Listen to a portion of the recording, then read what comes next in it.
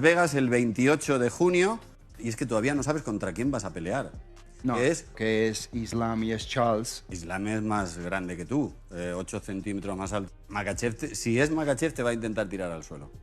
Y tú dices, claro. Tú dices que el suelo es un punto... intentarlo y conseguirlo hay una gran diferencia. Dana, Ilia Topuria did an interview a few minutes ago where he said the winner of this fight is going to determine whether he fights Islam Makhachev or Charles Oliveira on International Fight Week. Can you confirm that that's the stakes attached to this main event too? Yeah, there's a lot of moving parts right now, and yeah, that's pretty accurate. Islam. Dana White just stirred the pot with one simple statement. That's pretty accurate. The UFC CEO may not have spelled everything out, but in typical fashion, he left just enough on the table to set fans into a frenzy.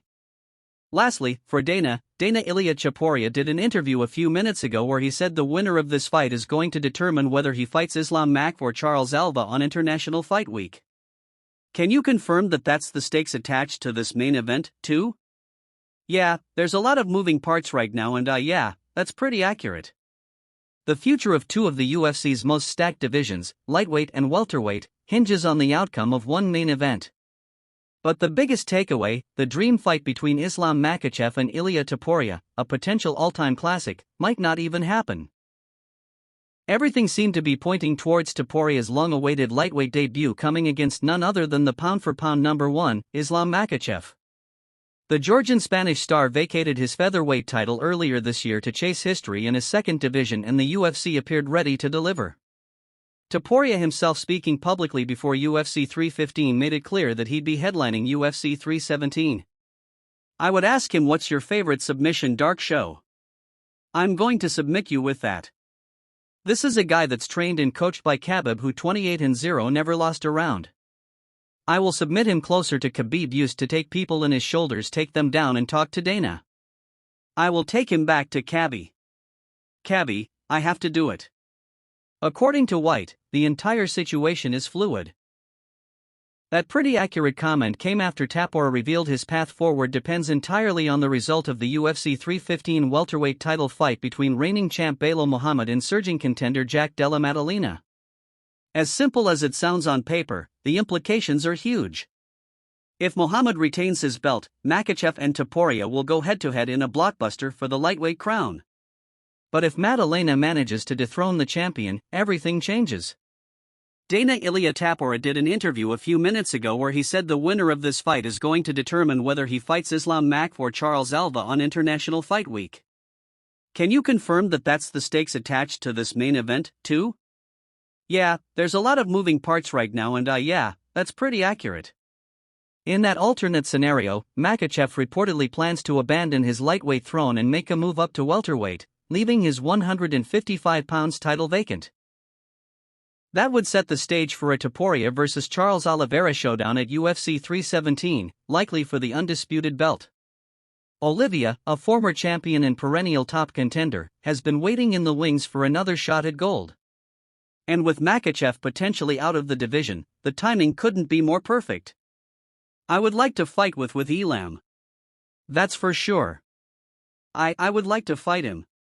But if they don't give you that fight, if they give you like a number one contender fight, when would you like to fight next?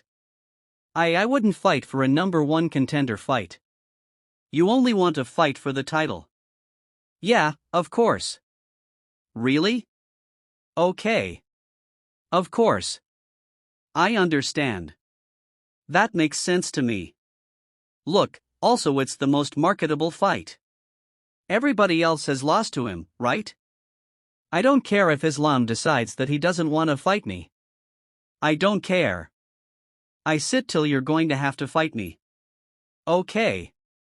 You say that you are the world champion.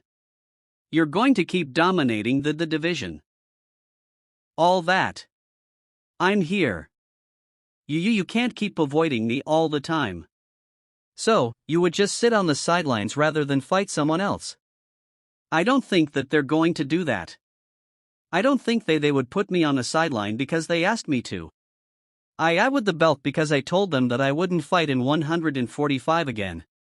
But I get the promise that I will fight for their title in my next fight. MHM. So how much time you will stop me in from the fighting? So they did give you a promise that your next when you vacated the belt that your next fight if they give that chance to everyone, why not to me?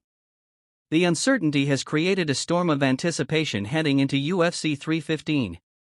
Both Muhammad and Madalina are fully aware of what's at stake far beyond just a welterweight title.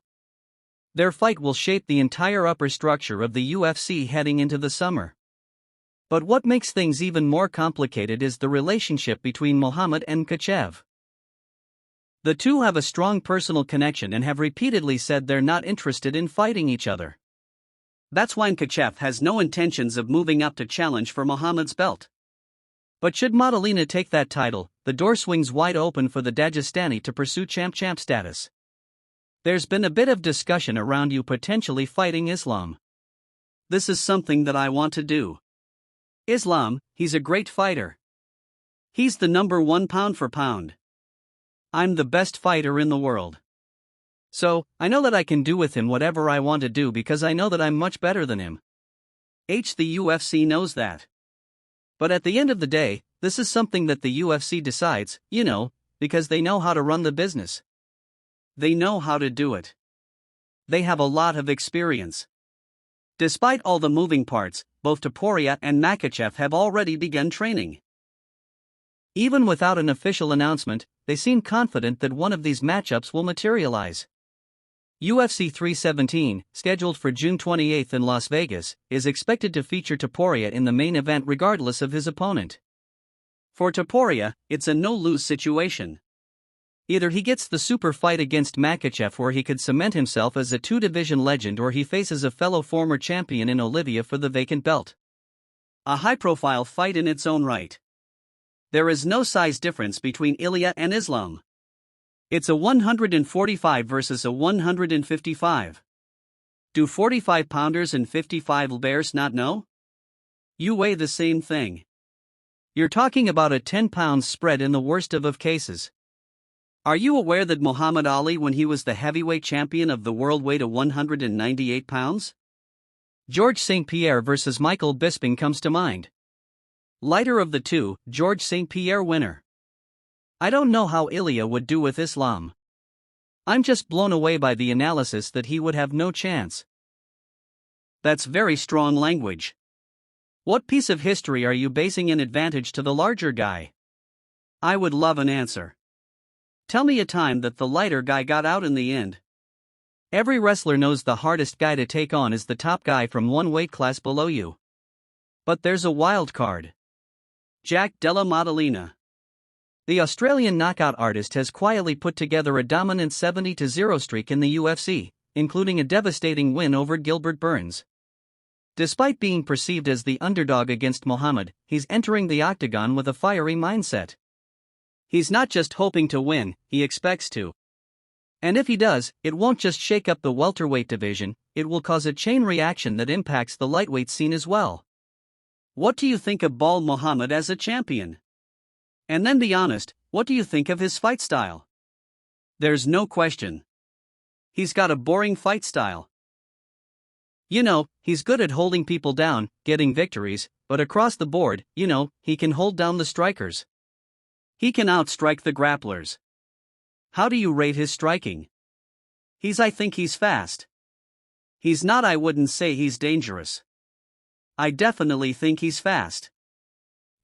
I think his threat to take down makes you striking better.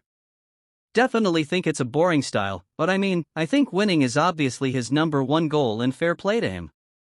But I feel like I can beat him. I'm more dangerous fighter for sure. Only get the WA title.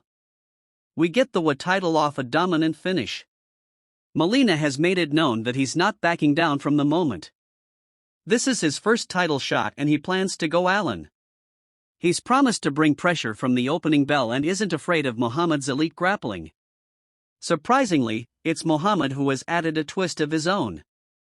Ahead of the fight, he revealed that he has no intention of attempting a takedown. An eyebrow-raising statement, especially considering his grappling prowess. Instead, he wants to test Molina's striking in a pure stand-up battle. This sort of rhetoric from Bala Muhammad Ball is going to break you after a few rounds. What would you say in response to that? That's the fight. Who's going to break first? That's what this battle's about. He's pretty well-rounded. He's able to hold people down. I definitely feel like I've got the better strike. I do think I've got some good grappling that he might be more prepared for. So, I might try and be able to pull out my submission at some point if he lays on me for too long. We'll see who breaks first.